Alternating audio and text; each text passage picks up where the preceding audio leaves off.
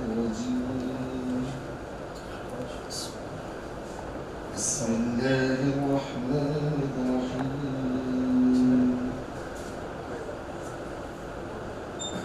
والضحى والليل إذا سجى ما ودعك ربك وما قلى وللآخرة خير لك من الأولى ولسوف يعطيك ربك فترضى ألم يجدك يتيما فآوى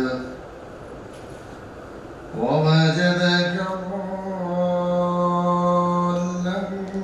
فهدى ووجدك عائلا فأغنى فأما اليتيم فلا تقهر وأما السائل فلا تنهر وأما بنعمة ربك فحدث.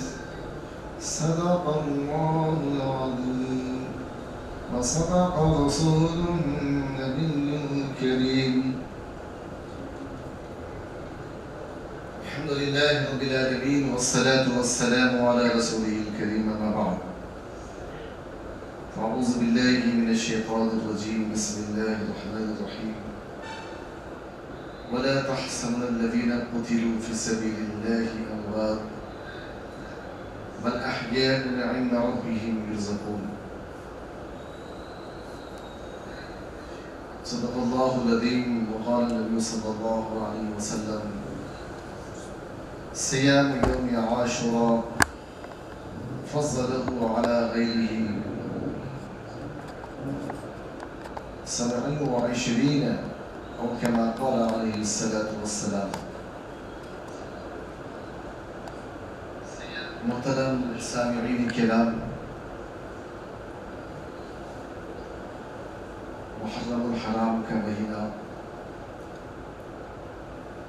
یہ سال کا پہلا مہینہ ہے، قمری سال کا پہلا مہینہ ہے، اور اسلامی تاریخ میں اس کی بڑی اہمیت ہے۔ حدیث میں ہے الشمس للمنافع والقمر للمناسب۔ شمسی مہینے یہ دنیا کے کاروبار کے لیے ہیں، اور قمری مہینے یہ عبادت کے لیے ہیں۔ اسی سے رمضان، حج، قربانی ساری عبادتیں قمری مہینے سے منسلک ہیں۔ اس لیے علماء لکھا ہے کہ قمری مہینوں کی گنتی اور ان کا نام مسلمانوں کے لیے سیکھنا فرض کفایہ ہے۔ گھر میں کم از کم ایک فرد بھی اگر نہیں جانتا ہے تو سارے لوگ گنہگار ہیں۔ اللہ تبارک و تعالیٰ نے محرم الحرام کو اشہر حرم روز آفریدش سے فرمایا ہے۔ فرمایا قرآن کریم میں ان عدت الشہور عند اللہ 12 شہرا فی کتاب اللہ یوم خلق السماوات والارض منها 4 حرم،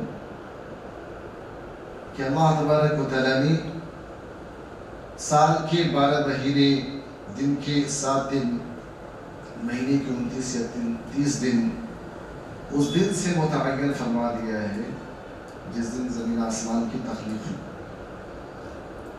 اور 4 مہینے یہ حرمت والے مہینے ذوالقعدہ، ذوالحجہ، محرم اور رجب۔ زمانے جاہلیت میں اس مہینے کا تصور یہ تھا کہ اس میں جنگ، قتل و قتال اور ہر طرح کی خون ریزی حرام سمجھی جاتی تھی۔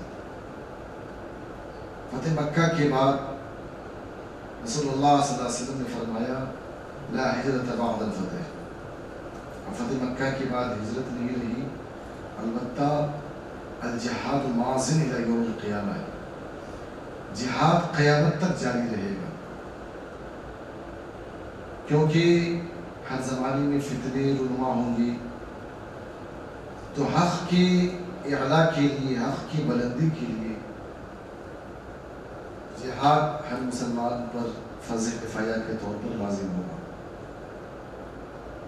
تو فرمایا کہ اب اشہر حرم کا مطلب یہ ہے کہ ان چاروں مہینوں میں ہماری عبادت کا ثواب دوسرے مہینوں کے مقابلے میں بڑھ جاتا ہے اور گناہ کا وبال بھی بڑھ جاتا ہے۔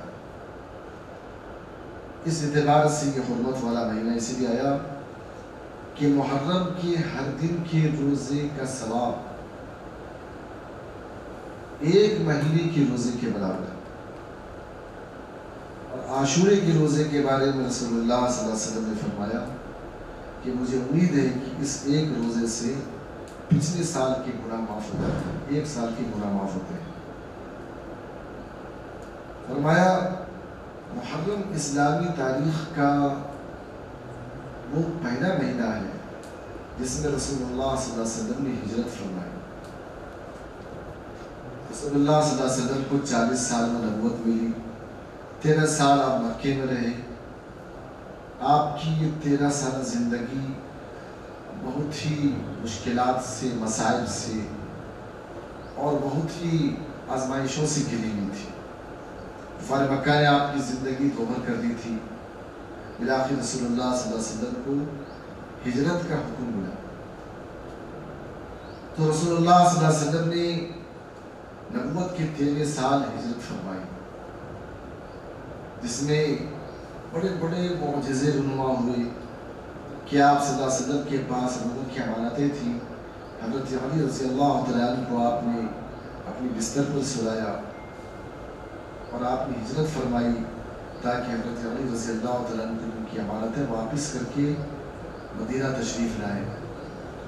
اور آپ صلی اللہ علیہ وسلم جب ہجرت فرما رہے تھے تو اس وقت کفار مکے کے پورے سردار، بلکہ قبائل عرب کے پورے سردار اپنے ہاتھوں میں تلوار لے کر کھڑے تھے تاکہ رسول اللہ صلی اللہ علیہ وسلم نکلے تو آپ کو شہید کر دیں، لیکن آپ نے ایک مٹھی مٹی اٹھائی اور ان کے درمیان پھینکا۔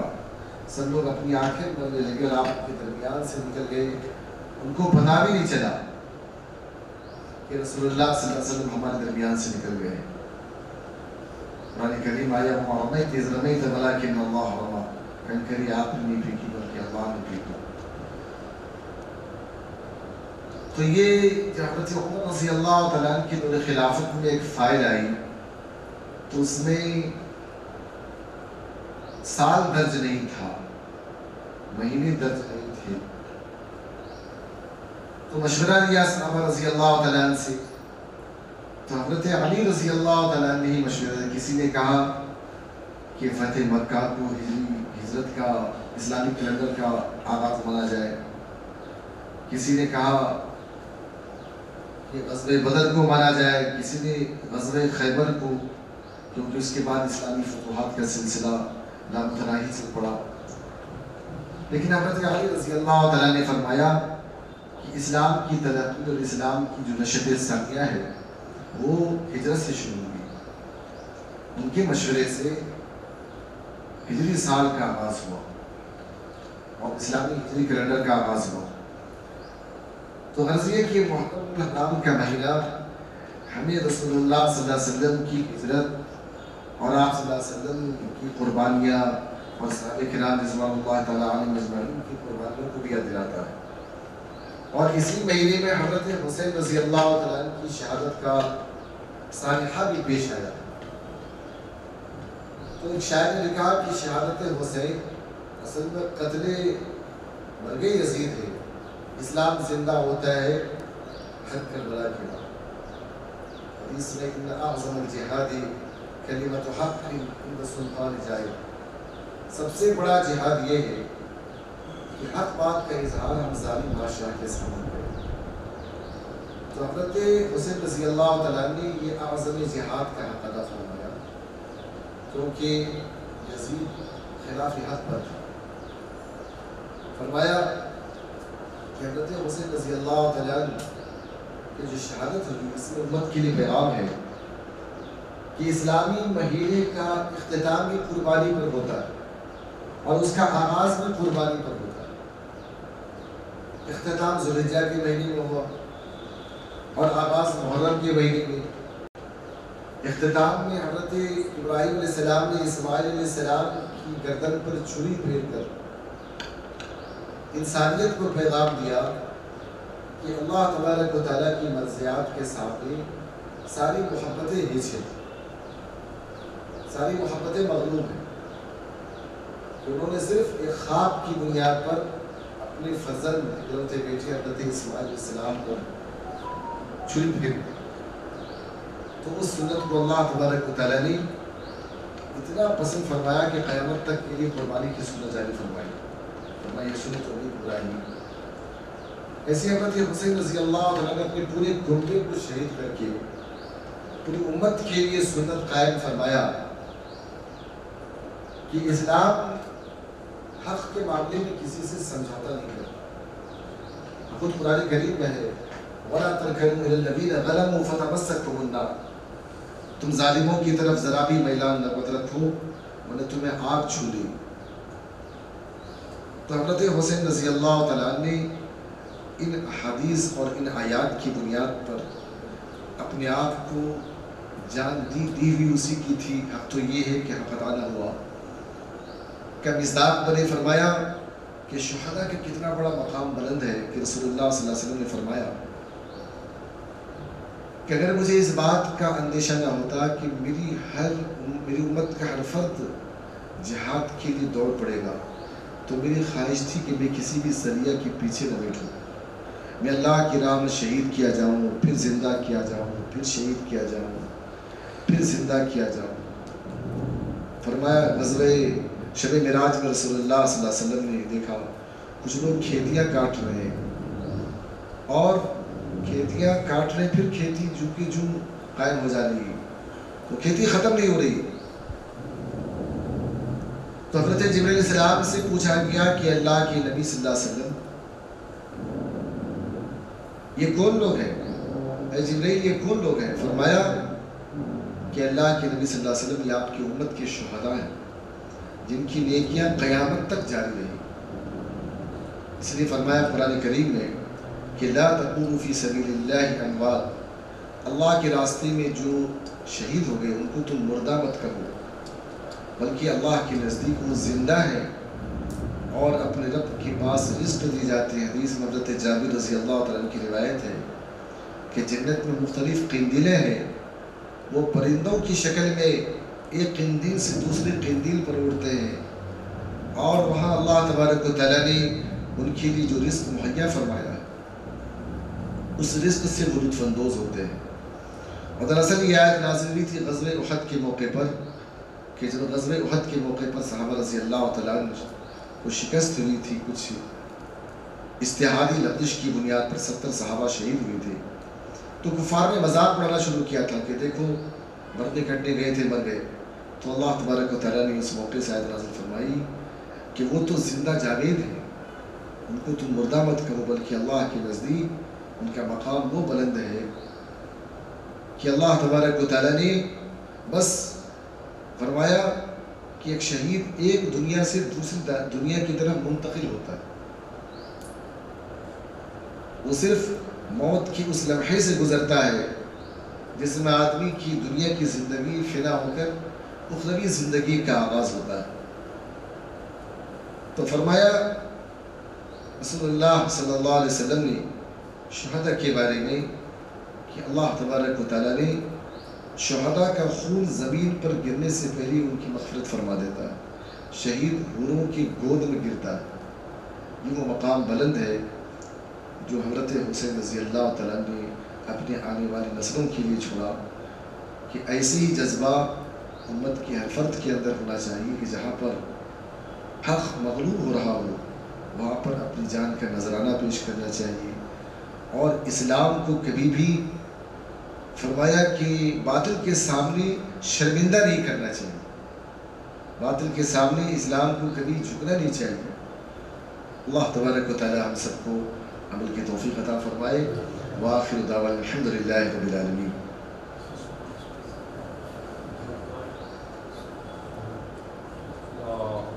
صلی اللہ علیہ وسلم۔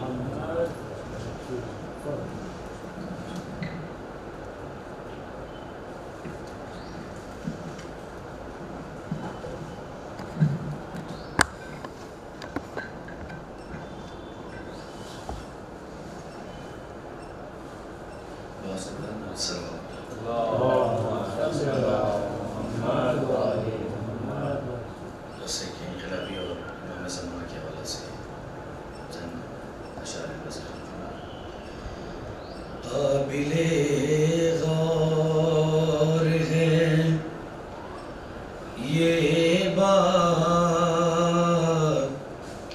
ذرا سوچو تو قابل غور ہے یہ بات ذرا سوچو تو العجل کہتے ہو دن رات ذرا سوچو تو قابل غور ہے تم سے پوچھے وہ اگر مجھ کو بلاتے کیوں ہو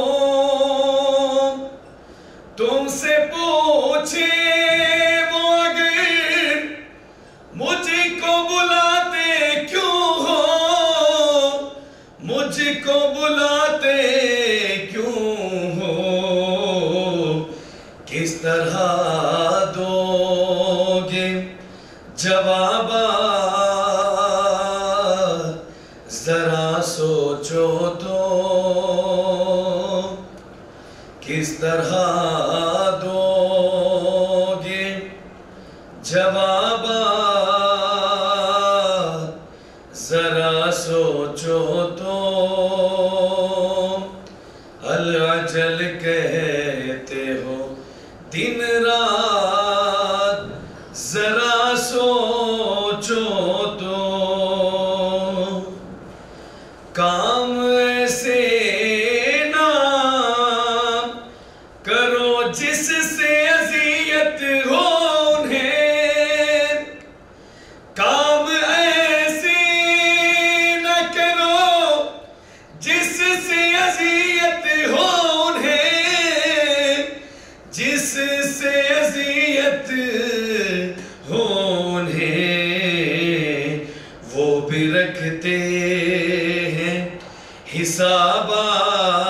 حسابات ذرا سوچو تو وہ بھی رکھتے ہیں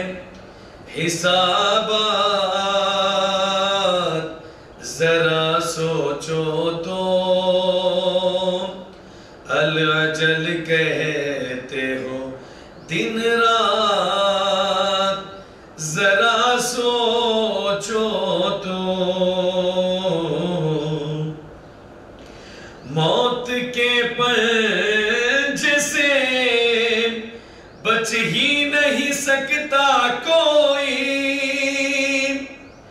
موت کے پنجے سے بچ ہی نہیں سکتا کوئی بچ ہی نہیں سکتا کوئی سب پہ گزریں گے یہ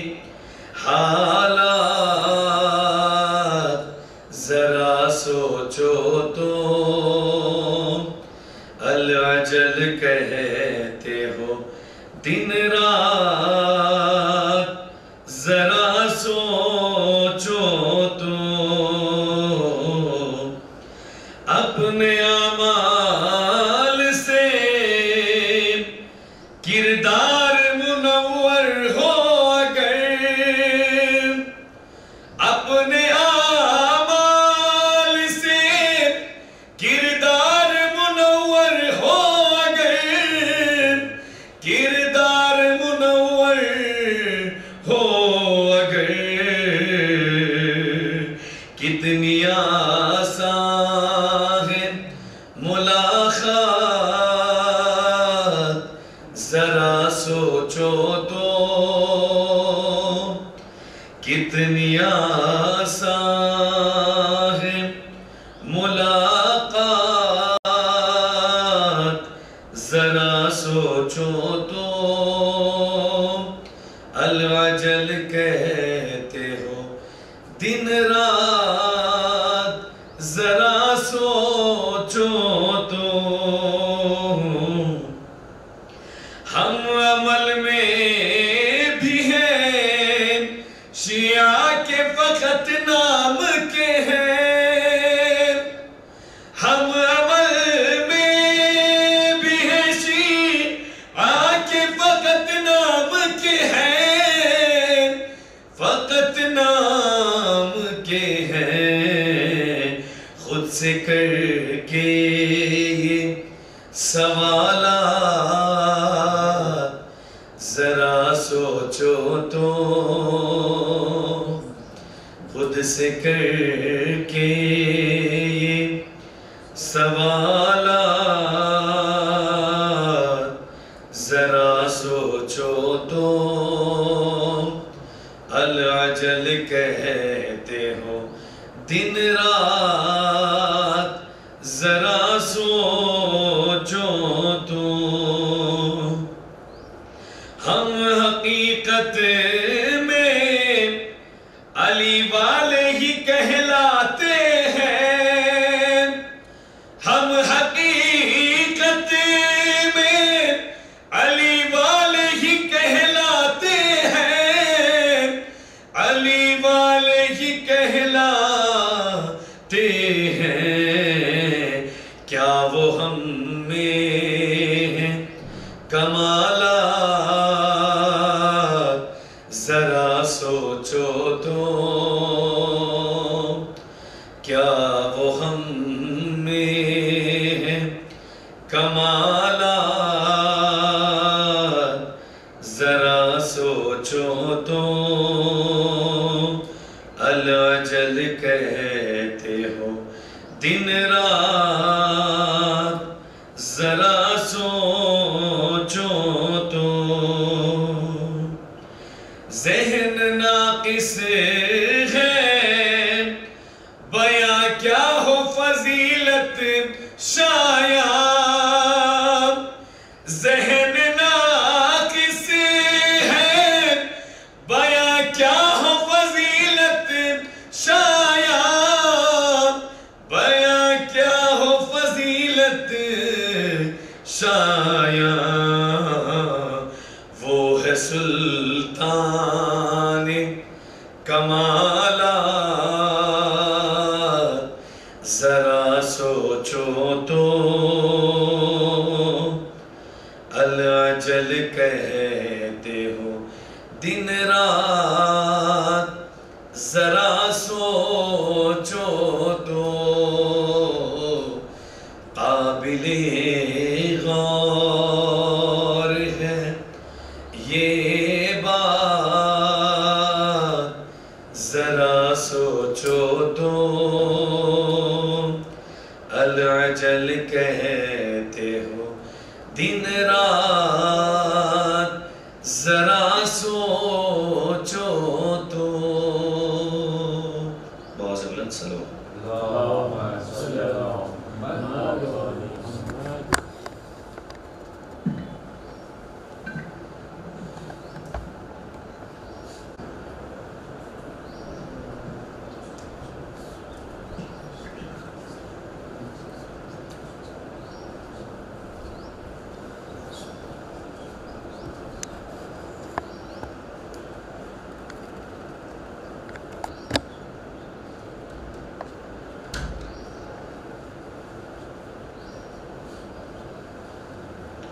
لا حول ولا قوة إلا بالله العلي العظيم أعوذ بالله من الشيطان الرجيم بسم الله الرحمن الرحيم الحمد لله رب العالمين بارئ الخلائق أجمعين باعث الأنبياء والمرسلين ثم الصلاة والسلام على نبينا وحبيب قلوبنا وطبيب نفوسنا بالقاسم محمد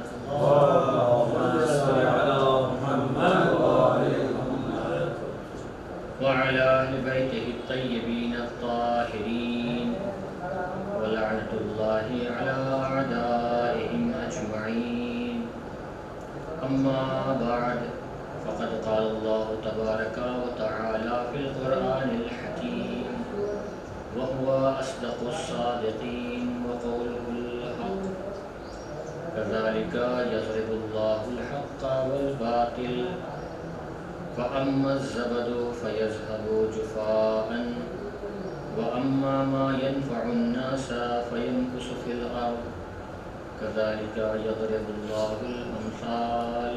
نور محمد وآل محمد. اللهم صل على محمد وآل محمد. سورہ رات کی آیت نمبر 17 کے ذیل میں کل رات آپ کے سامنے جو گفتگو شروع کی وہ بات یہ ہے کہ خداوند عالم نے قرآن مجید میں جو مختلف انبیاء کا ذکر کیا ہے، ہماری تاریخ میں، روایات میں، احادیث میں ائمہ اور ان کے دور میں آنے والے حکمرانوں سے ان کے مقابلے کا ذکر ہے، تو یہ یوں ہی الگ الگ واقعات نہیں ہیں کہ جن کا آپس میں کوئی رابطہ نہ ہو، آپس میں جڑے ہوئے نہ ہوں. ایک نبی نے کچھ اور کیا، دوسرے نبی نے دوسرے دور میں کچھ اور کیا. قرآن مجید ان کو ایک مورچے کے طور پر پیش کرتا ہے، حق اور باطل کو ایک فرنٹ کے طور پر پیش کرتا ہے، محاذ کے طور پر پیش کرتا ہے کہ ایک محاذ ہے کہ جو حق کا محاذ ہے، ایک مورچہ ہے، ایک فرنٹ ہے جو حق کا ہے، اور ایک مورچہ باطل کا ہے، اور ان میں آپس میں ہمیشہ ٹکراؤ جاری رہے گا. واقعہ کربلا نے ہمیں اس بات کو بخوبی سمجھایا کہ حق اور باطل کے مورچے میں کبھی بھی سمجھوتا نہیں ہو سکتا. وقتی طور پر ممکن ہے کہ کبھی جنگ نہ ہو، کچھ وقت کے لیے جنگ نہ ہو، لیکن ان میں دائمی سمجھوتا نہیں ہو سکتا. یہ ہمیشہ حق اور باطل کا مورچہ ایک دوسرے کے ساتھ نہیں آ سکتے. جیسا کہ ہم جب ذکر کرتے ہیں زیارتوں میں امام حسین علیہ السلام کا، تو وہاں پر وراثت کا ذکر کرتے ہیں. السلام علیکہ یا وارث آدم صفوۃ اللہ، السلام علیکہ یا وارث نوح نبی اللہ، السلام علیکہ یا وارث موسیٰ کلیم اللہ. یعنی ہم واقعہ کربلا کو جوڑ کر کے دیکھتے ہیں انبیاء کرام کی محنتوں سے اور ان کے مقابلے سے.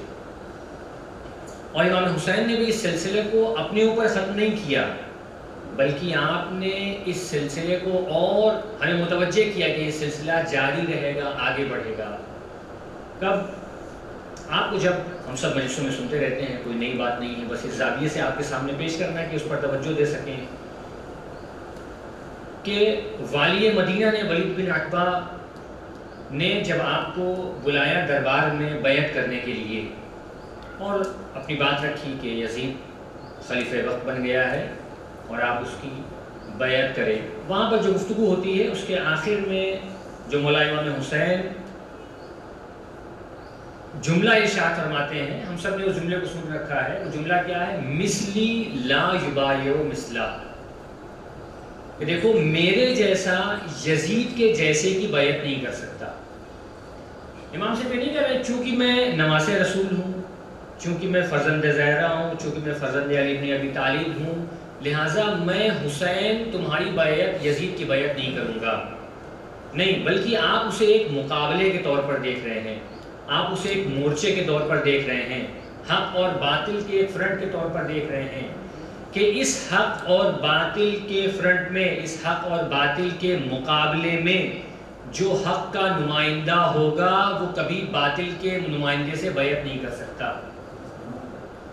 وہ کبھی اسے بیعت نہیں کر سکتا، وہ کبھی اسے ہاتھ نہیں ملا سکتا، وہ کبھی اسے دل سے تسلیم نہیں کر سکتا. مثلی لا یبایع مثلا واضح ہے کہ کائنات تک کے امام حسین کے جیسا کوئی اس دنیا میں نہیں آئے گا.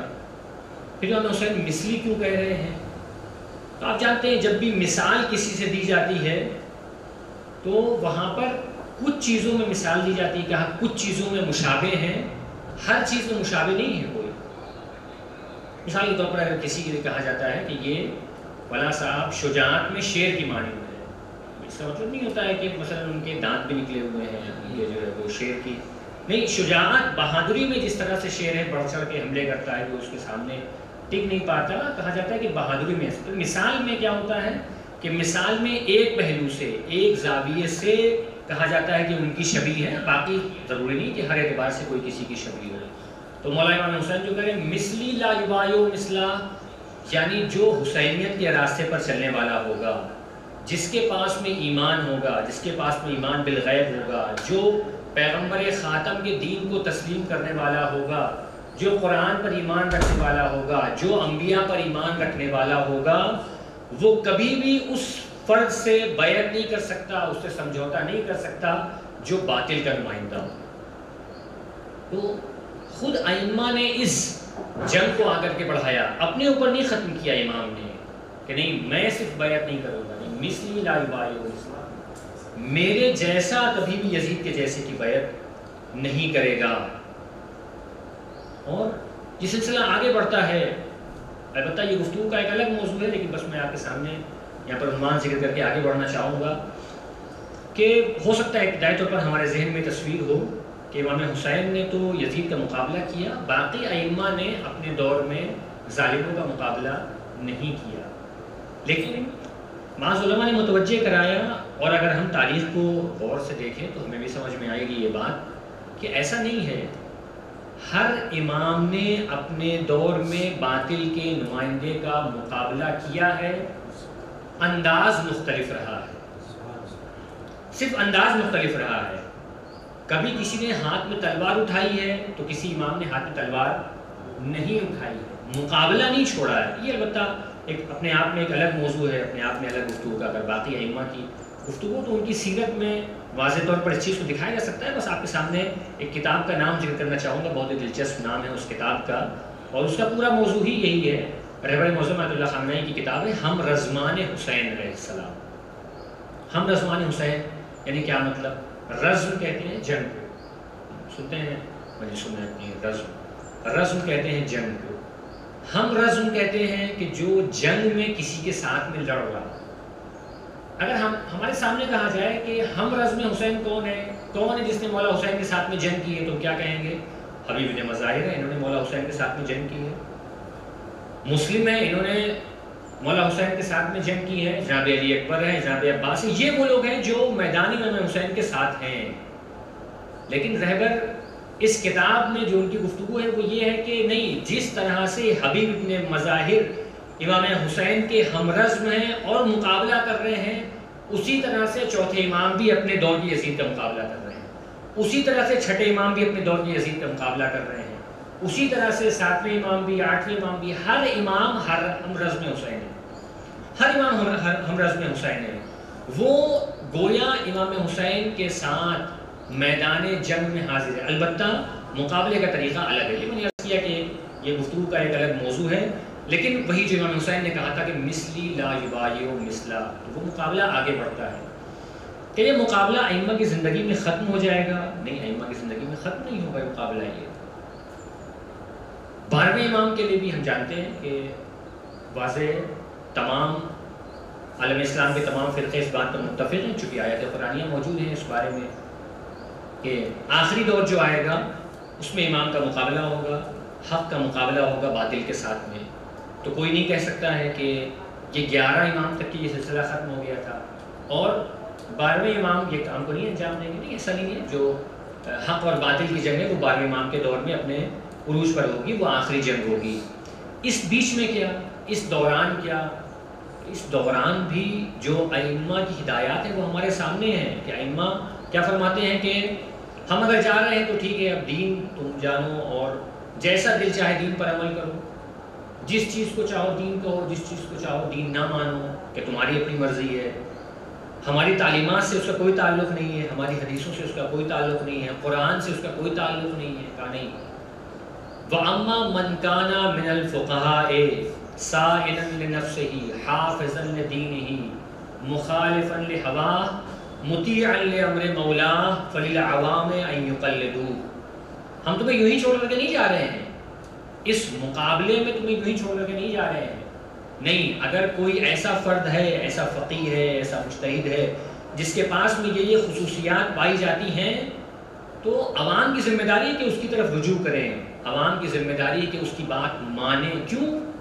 کیونکہ وہ تعلیمات اہل بیت کو بیان کر رہا ہے، وہ قرآن کی تعلیمات کو بیان کر رہا ہے، اور دوسری حدیث میں ارشاد ہوتا ہے کہ فَإِنَّهُمْ حُجَّتِي عَلَيْكُمْ، دیکھو ہم تمہارے سامنے نہیں ہوں گے لیکن میری طرف سے وہ تمہارے اوپر حجت ہے۔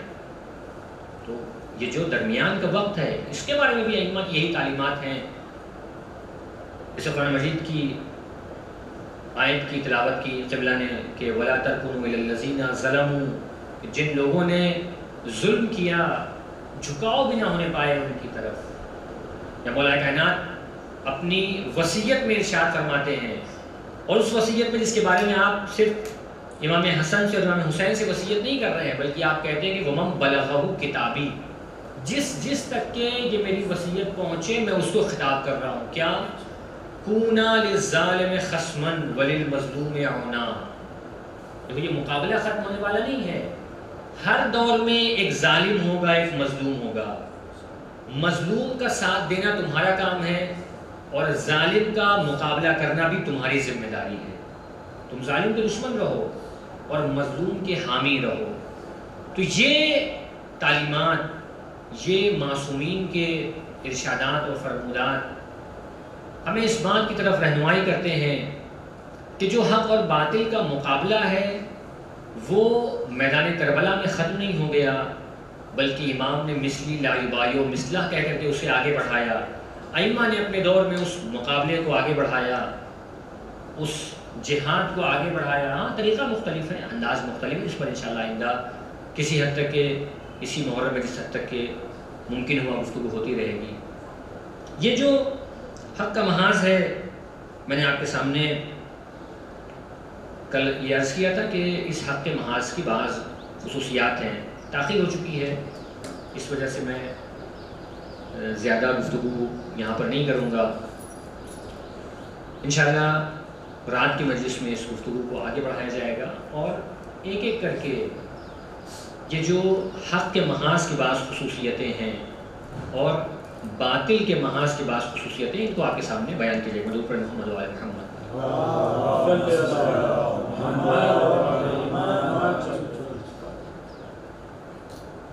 اس مقابلے کی خصوصیت یہ ہے کہ اس میں ہر فرد کا ایک کردار ہے، ہر آدمی کا ایک کردار ہے۔ اگر میدان کربلا میں امام حسین علیہ السلام حبیب ابن مظاہر کو خط لکھ کر کے بلا رہے ہیں تو اس حبیب کا بھی کردار ہے کہ جس کو امام رجل فقیہ کہہ رہے ہیں کہ یہ رجل فقیہ ہے، یہ وہ فرد ہے کہ جسے دین کی سمجھ ہے۔ ہمارے یہاں یہ جو لفظ ہے لفظ فقیہ کیا ہے؟ یہ فقاہت کسے کہتے ہیں؟ فقہ کہتے ہیں سمجھنا۔ اور جب فقیہ کہا جاتا ہے تو در حقیقت ان روایات کی طرف اشارہ ہوتا ہے جہاں پر کہا گیا ہے تفقہ فی الدین، یعنی دین کو سمجھنا، دین میں غور و فکر کرنا۔ کیا ہے دین میں غور و فکر کرنا؟ کیا ہے دین کو سمجھنا؟ اس کی وجہ یہ عزیزوں کہ دین تو قیامت تک کے لیے آیا ہے۔ دین صرف اور صرف وہ چند ظاہری احکام نہیں ہے کہ جو قرآن مجید میں لکھے ہوئے ہیں، جو واضح طور پر ہماری روایات میں آئے ہیں کہ مثال کے طور پر نماز آپ پڑھیں، آپ اس طریقے سے پڑھیں، روزہ رکھیں اس طریقے سے روزہ رکھیں، کہ دین تو قیامت تک کے لیے ہے۔ ہر زمانے میں ہر دور میں مسائل آتے رہیں گے، ہر زمانے میں نئی نئی مشکلات آتی رہیں گی، نئے نئے چیلنجز آتے رہیں گے، نئے نئے سوال ابھرتے رہیں گے۔ آخر اس کا جواب کون دے گا؟ تو اس کا جواب ہماری روایات نے یہ دیا ہے کہ اس کا راستہ ہے تفقہ فی الدین، کہ دین میں جو غور و فکر کرے گا وہ اس کا جواب دے سکے گا۔ دین میں غور و فکر کیا مطلب؟ یعنی جو قرآن کو پڑھے گا، قرآن کی تفسیر کو پڑھے گا، روایات کو پڑھے گا، روایات کی تفسیر کو پڑھے گا، اس میں غور و فکر کرے گا، معصومین کی سیرت کو صحیح طور پر سمجھے گا، اور صرف سمجھے گا ہی نہیں بلکہ ہمارے یہاں ایک چیز اس کو تعویل کہا جاتا ہے۔ یعنی کیا مطلب؟ یعنی جو نئے دور میں مصداق آ رہے ہیں، نئے نئے دور میں مسائل مشکلات آ رہی ہیں، ان کے اوپر اسے اپلائی کرے گا اور کہے گا کہ ہاں آج کے دور میں تمہاری ذمہ داری یہ ہے، فلاں سرزمین پر تمہاری ذمہ داری یہ ہے، فلاں ملک میں تمہاری ذمہ داری یہ ہے۔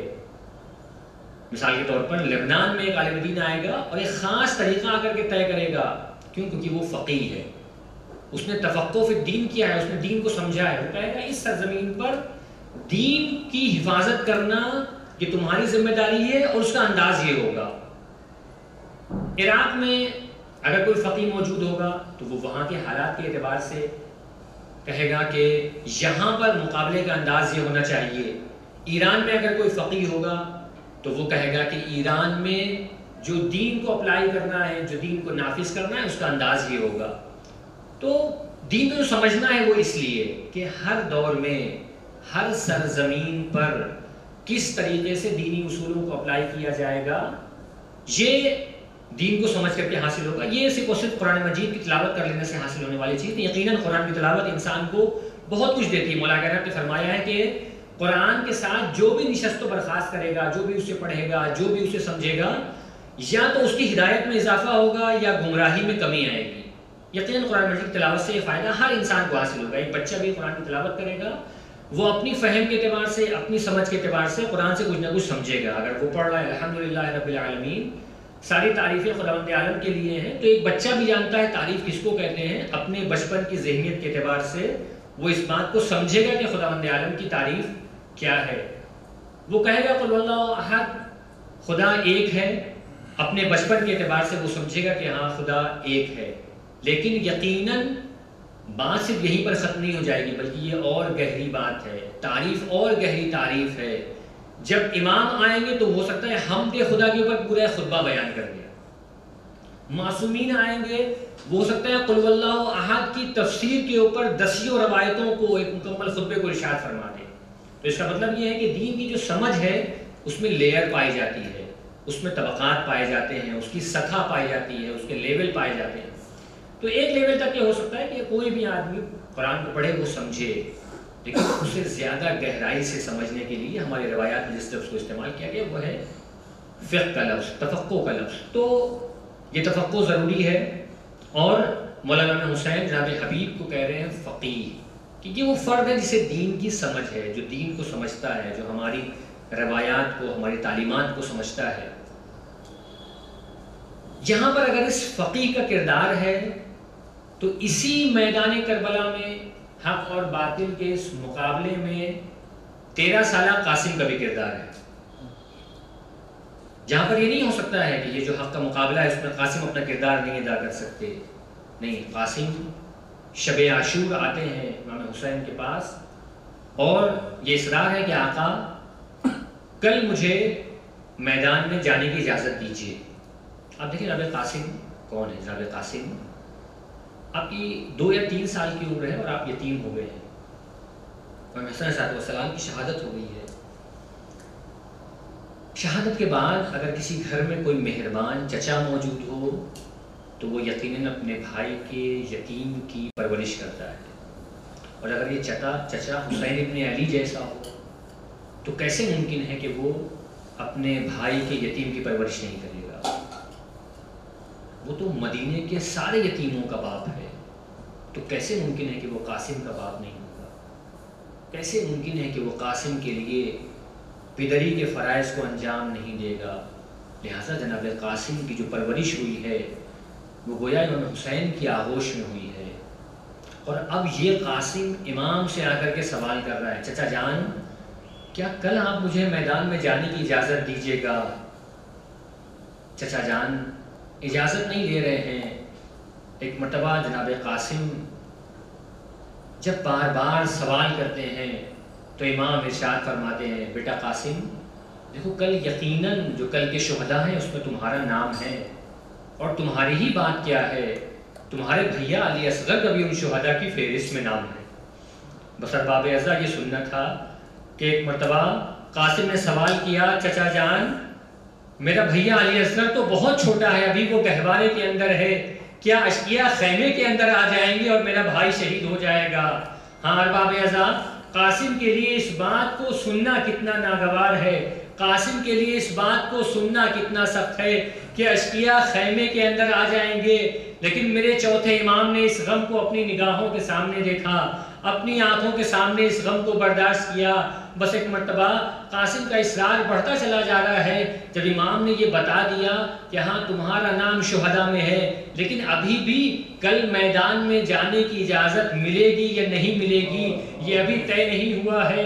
قاسم ہیں مغموم حالت میں ایک مرتبہ بیٹھے ہوئے ہیں کہ انہیں یاد آتا ہے بابا نے ایک تعویذ لکھا تھا اور یہ کہا تھا کہ دیکھو جب کوئی مشکل وقت میں ہونا تو اس تعویذ کو کھولنا۔ آپ ذرا سوچیں کہ خانوادہ اہل بیت کے 13 سالہ بچے کی نظر میں مشکل کا وقت کون سا ہے؟ اس کی نظر میں مشکل کا وقت یہ ہے کہ اگر ولی خدا میدان میں جانے کی اجازت نہ دے، شہادت کی اجازت نہ دے تو یہ مشکل کا وقت ہوتا ہے۔ بس اب ایک مرتبہ اس تعویذ کو کھولا، مادر گرامی کے پاس لے گئے، مادر گرامی سے وہ تحریر پڑھوائی، چچا جان کے پاس لے کر کے آئے۔ امام حسین نے بھیا حسن کی تحریر کو دیکھا، اس میں لکھا ہوا تھا دیکھو بھیا حسین ایک ایسا وقت آئے گا جب تم نرغہ آدھا میں گھر جاؤ گے، میں وہاں پر موجود نہیں رہوں گا، میری جانب سے قاسم کو قبول کر لینا۔ بس حسین کے سامنے بھائی کی تحریر آئی، اب قاسم کو روک نہیں سکتے، یتیم حسن کو گلے سے لگایا۔ روایت میں ہے کہ چچا اور بھتیجے نے مل کر کے اتنا گریہ کیا کہ دونوں کو غش آ گیا، غش سے کسی طرح افاقہ ہوا۔ بس اب ایک مرتبہ وہ وقت آیا کہ اب قاسم کو میدان میں جانے کے لیے بھیجنا ہے۔ حسین کے لیے اس لخت جگر کو میدان میں بھیجنا بڑا سخت کام ہے، بڑا سخت کام ہے، کیونکہ یہ جوان اتنا چھوٹا ہے کہ اس کے اوپر مجاہدوں کے کپڑے بھی نہیں آ سکتے، یہ زرہ کو نہیں پہن سکتا، یہ خود کو نہیں پہن سکتا۔ بس اب ایک مرتبہ کسی طرح سے قاسم کو روانہ کیا۔ قاسم ہے جو جنگ کرتے جا رہے ہیں، جنگ کرتے جا رہے ہیں۔ بس اب ایک مرتبہ ایک ایسا وار ہوتا ہے کہ قاسم پشتے گھوڑے کے اوپر، گھوڑے کی پشت کے اوپر سنبھل نہیں پاتے ہیں اور چچا کو مدد کے لیے پکارتے ہیں۔ امام حسین تیزی سے آگے بڑھے۔ بس اب عزیزوں حسین کی نگاہوں نے وہ منظر دیکھا کہ وہ حسین جو قاسم کو میدان میں روانہ نہیں کرنا چاہتا تھا، حسین کی نگاہوں نے وہ منظر دیکھا کہ گھوڑے قاسم کو روند رہے ہیں۔ حسن کا لال اپنی زندگی میں ہی گھوڑوں کی ٹاپوں کے نیچے پامال ہو گیا۔ بس حسین نے مرثیہ پڑھا، بیٹا قاسم یہ حسین کے اوپر بہت گرا ہے کہ تم نے اپنے چچا کو آواز دی لیکن تمہارا چچا تمہاری مدد نہ کر سکا۔ وَسَيَعْلَمُ الَّذِينَ ظَلَمُوا أَيَّ مُنقَلَبٍ يَنقَلِبُونَ وَلَعْنَةُ اللَّهِ عَلَىٰ أَعْدَائِهِمْ أَجْمَعِينَ۔ اور اللہ حضرت محمد و آل محمد کا واسطہ ہماری عبادت کو قبول فرما، اور اللہ حضرت محمد و آل محمد کا واسطہ میں بہتر سے بہتر انداز سے غزوہ حسین کو قائم کرنے کی توفیق عطا فرما، اور اللہ حضرت محمد و آل محمد کا واسطہ ہمیشہ حق کے محاذ کو کامیابی عطا فرما، اور اللہ حضرت محمد و آل محمد کا واسطہ منتقم خون حسین کے ظہور میں تعجیل فرما، اور اللہ توفیق عطا فرما ہم اپنی زندگی ایسی گزاریں کہ ہمارا شمار ان کے ناصروں اور مددگاروں میں ہو۔ ربنا تقبل منا انک انت السمیع العلیم۔ یا حسین یا حسین یا حسین یا حسین یا حسین یا حسین یا حسین۔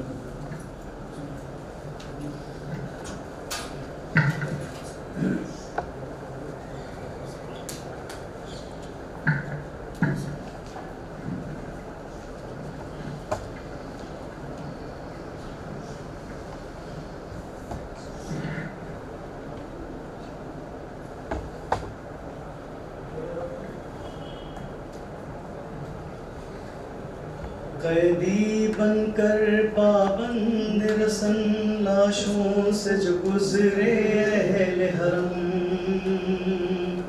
ہر بی بی اپنے پیاروں سے ہوتی تھی ودا کر کے ماتم. ایک بی بی فاطمہ بنت حسن پامال بدن قاسم کی بہن کسی ایک جا سے رخصت نہ ہوئی, کسی ایک جا سے رخصت نہ ہوئی, ٹکڑوں میں جدا بھائی کا بدن. کبھی اس ٹکڑے پر ہے قاسم, کبھی اس ٹکڑے پر ہے قاسم, کبھی اس ٹکڑے پر ہے قاسم, کبھی اس ٹکڑے پر ہے قاسم. کبھی صحرا دیکھ کے روتی تھی, کبھی غش کھا کر گر جاتی تھی, کبھی صحرا دیکھ کے روتی تھی, کبھی غش کھا کے گر جاتی تھی. پامال ہوا تھا بھائی جہاں, پامال ہوا تھا بھائی جہاں, اس خون پہ گر کر ہے قاسم, ہے قاسم, ہے قاسم, ہے قاسم, ہے قاسم. کبھی اس ٹکڑے پر ہے قاسم, کبھی اس ٹکڑے پر ہے قاسم. فرمان کہا بیٹا قاسم کہہ دینا دادی زہرا سے, فرمان کہا بیٹا قاسم کہہ دینا دادی زہرا سے.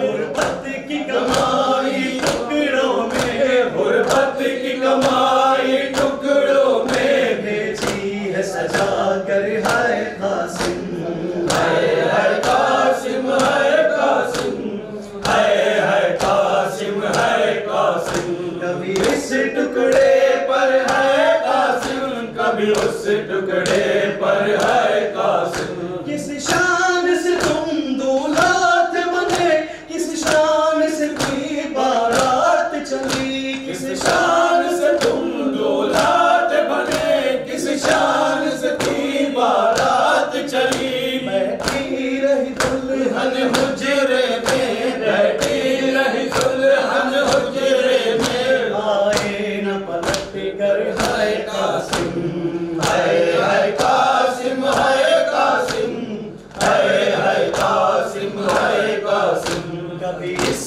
ٹکڑے پر ہے قاسم, کبھی اس ٹکڑے پر ہے قاسم. فرمان کہا بیٹا قاسم کہہ دینا دادی زہرا سے, فرمان کہا بیٹا قاسم کہہ دینا دادی زہرا سے. غربت کی کمائی ٹکڑوں میں, غربت کی کمائی ٹکڑوں میں بھیجی ہے سجا کر ہے قاسم, ہے قاسم, ہے قاسم, ہے قاسم, ہے قاسم. کبھی اس ٹکڑے پر ہے قاسم, کبھی اس ٹکڑے پر ہے قاسم. کبھی صحرا دیکھ کے روتی تھی, کبھی غش کھا کر گر جاتی تھی, کبھی صحرا دیکھ کے روتی تھی, کبھی غش کھا کے گر جاتی تھی. پامال ہوا تھا بھائی جہاں, پامال ہوا تھا بھائی جہاں, اس خون میں گر کر ہے قاسم, ہے قاسم, ہے قاسم, ہے قاسم, ہے قاسم. کبھی اس ٹکڑے پر ہے قاسم, کبھی اس ٹکڑے پر ہے قاسم, ہے قاسم, ہے قاسم, ہے قاسم, ہے قاسم.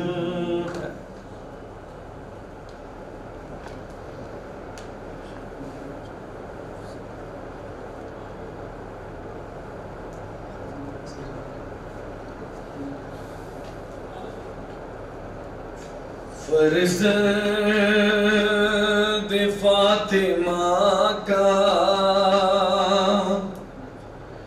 رکھنا خیال بیٹا, نکلے شبیر جب سوئے کربو بلا,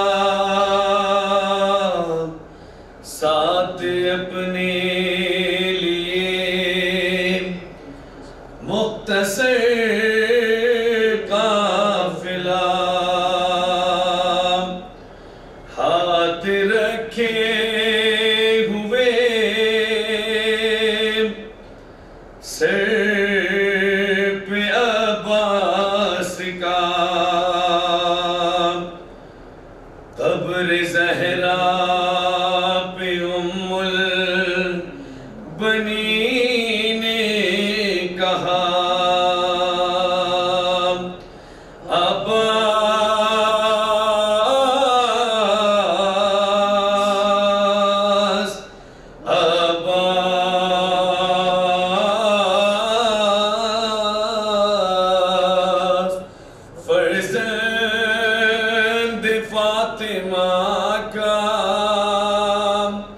رکھنا خیال بیٹا تجھ کو قسم ہے ماں کی ہے واسطہ خدا کا فرزند فاطمہ کا رکھنا خیال بیٹا فرزند فاطمہ کا رکھنا خیال بیٹا یہ کارواں نہیں ہے عصمت کا ہے خزانہ میلوں کا راستہ ہے گرمی کا ہے زمانہ کوئی رہے نہ پیاسا پانی انہیں پلانا فرزند فاطمہ کا رکھنا خیال بیٹا فرزند فاطمہ کا رکھنا خیال بیٹا وہ شاہزادیاں ہیں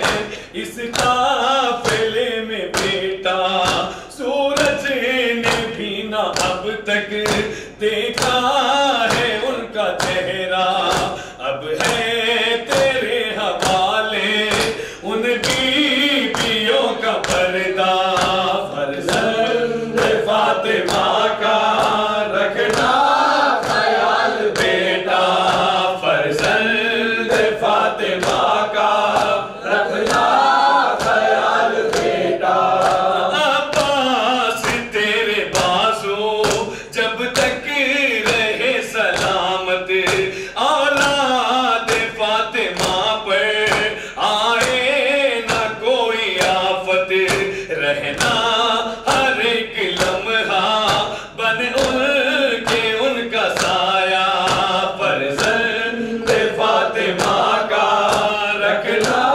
خیال بیٹا فرزند فاطمہ کا رکھنا خیال بیٹا اس قافلے میں بیٹا ایک لاڈلی ہے شہ کی نازوں سے پلنے والی سینے پہ سونے والی ہونے نہ پائے تجھ سے ایک پل جدا سکینہ فرزند فاطمہ کا رکھنا خیال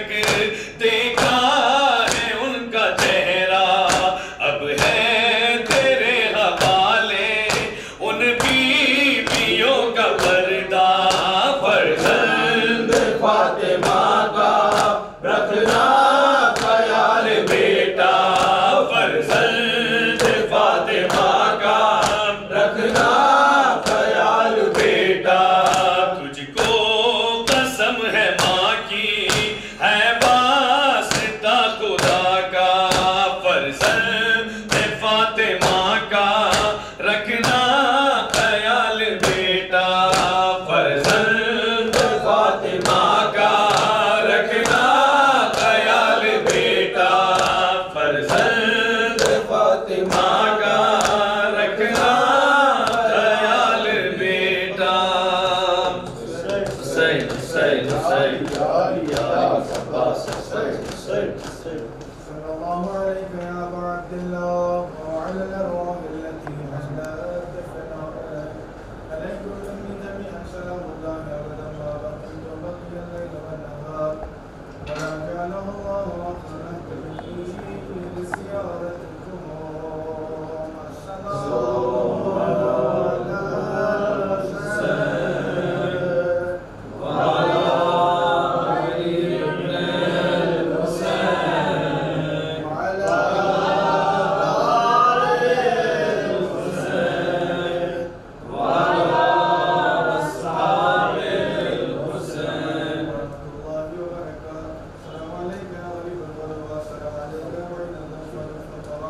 السلام عليك يا أشرف المرسلين